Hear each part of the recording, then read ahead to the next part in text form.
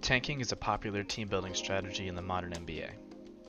This is especially true in small markets that often lack both the resources and the draw to attract marquee free agents. The Indiana Pacers have rejected this strategy, instead choosing to trade their star players prior to free agency. This has led them from Paul George, to Victor Oladipo and Domantas Sabonis, to the current era led by Tyrese Halliburton. But throughout it all, they have had one big man in the middle, Myles Turner. Starting with his offense, as you've just seen, he can clearly finish an open lob, but he's most well known for his three-point shooting, where his height and high release point allow him to easily shoot over most closeouts. According to Kirk Goldsberry at ESPN, Turner leads the NBA in above the break threes this year. His shooting often opens up driving lanes, and while he doesn't have the tightest handle in the world, he's certainly capable of finishing at the rim. He doesn't always need a wide open lane either. Here he goes right around Brook Lopez on the perimeter, and on this play, he goes right through Antetokounmpo. Giannis may have been trying to get an offensive foul, but he definitely doesn't want that called on the other end.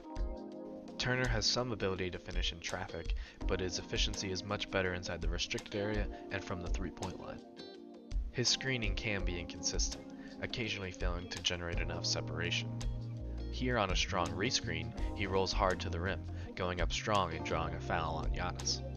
Turner also struggles with passing. Here on the short roll, he sees the open layup, but instead of throwing the lob, he just throws it away.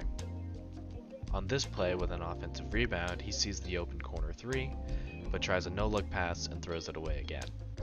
This vision is a good sign, but he needs to work on his execution.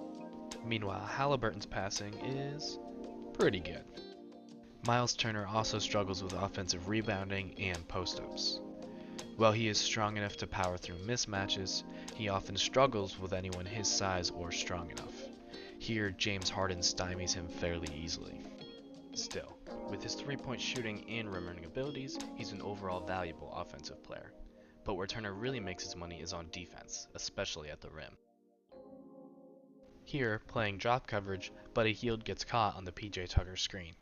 Tobias Harris gets through and Myles Turner meets him with a block at the rim. Turner blocks and Hield breakdowns are common sights at Pacers games. Here, Harris gets free again, and Turner comes over dissuading the shot entirely until the action resets.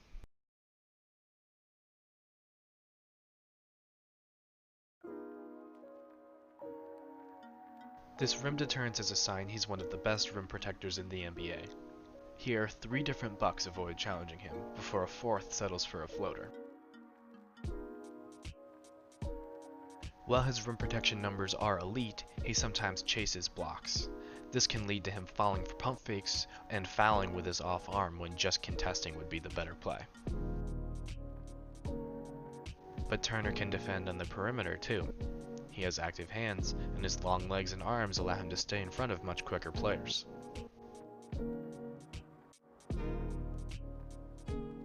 Turner is also a very good communicator, quarterbacking the Pacers' defense. Here, he pushes Halliburton into a pre-switch to avoid having to guard a James Harden pick and roll. James Harden calls up the next player, and he sends Halliburton yet again. Harden is eventually forced to give up the ball, and the Sixers' possession fizzles out.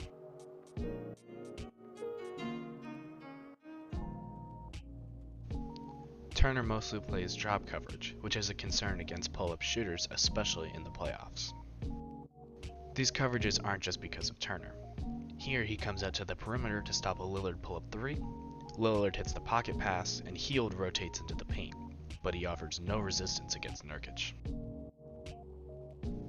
Here, Harris beats Hield to the baseline, and Turner has to help at the rim. Halliburton correctly zones up between the 2 corner shooters. Now each defender must close out to the nearest shooter, with Turner staying on Harris at the rim. That means Hield has to get to the wing, he fails to do so, and it's a wide open 3. The Pacers desperately need some secondary rim protection to allow Turner to get aggressive on the perimeter, because when he does, even the best offensive players in the NBA can struggle. Now that we've seen Turner's film, it's time to take a deeper dive into his numbers and his brand new contract. According to Basketball References tool StatHead, there are 50 players who are at least part-time centers and qualify for the minutes per game leaderboard in the 2022-2023 NBA season. Here you can see Turner's percentile rankings among that group of players. He's absolutely elite in blocks, block percentage, and three-point percentage, but much more mediocre in defensive rebounding percentage. He's slightly below average in personal fouls, and near the bottom of the barrel in offensive rebounding percentage.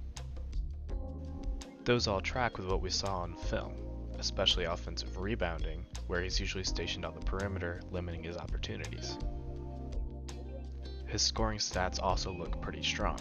He has a usage rate of 21%, meaning when he's on the floor, he has a direct impact on about 21% of Pacers' offensive possessions. Turner also scores about 20.7 points per 75 possessions on plus 6.8% true shooting relative to the league, both of which are very strong numbers, especially for a role player. We can see Turner's impact in his team's efficiency ratings when he's on the court versus for the whole team.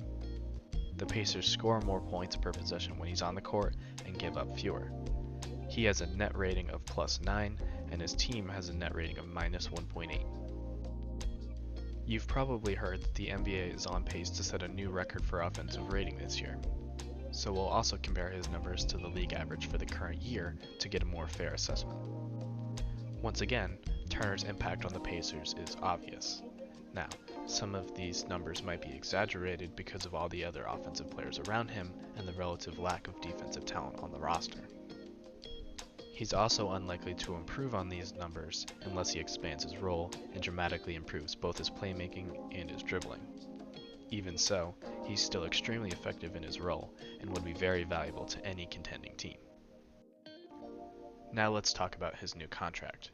This is a sample of center salaries this current NBA season according to SpotTrack.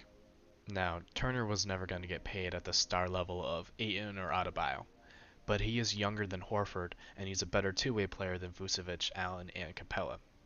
That gives him an average annual salary of between $25 and $30 million.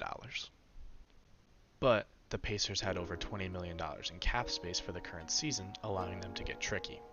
Instead of doing a typical extension, they did a renegotiate and extend, adding money onto the current year.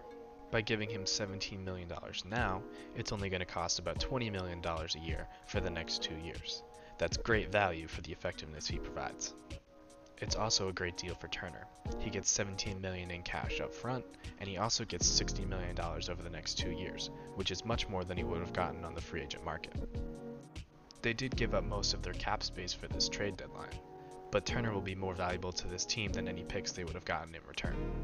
Now, it is more likely he leaves the Pacers at the end of this contract due to the NBA's extension rules, as well as the projected spike in the cap in 2 years. But by then he'll be 30, and he already has a history of injuries. Overall, this is a great deal for a core player that the Pacers will hope to build around and maybe even contend with in the coming years. Thank you for watching all the way to the end of my first video. Please check down in the description for more information on any of the stats or clips you saw in this video, and let me know down in the comments what you think about Myles Turner, the Indiana Pacers, and what else you want to see from this channel. This was Jacob from Isolation.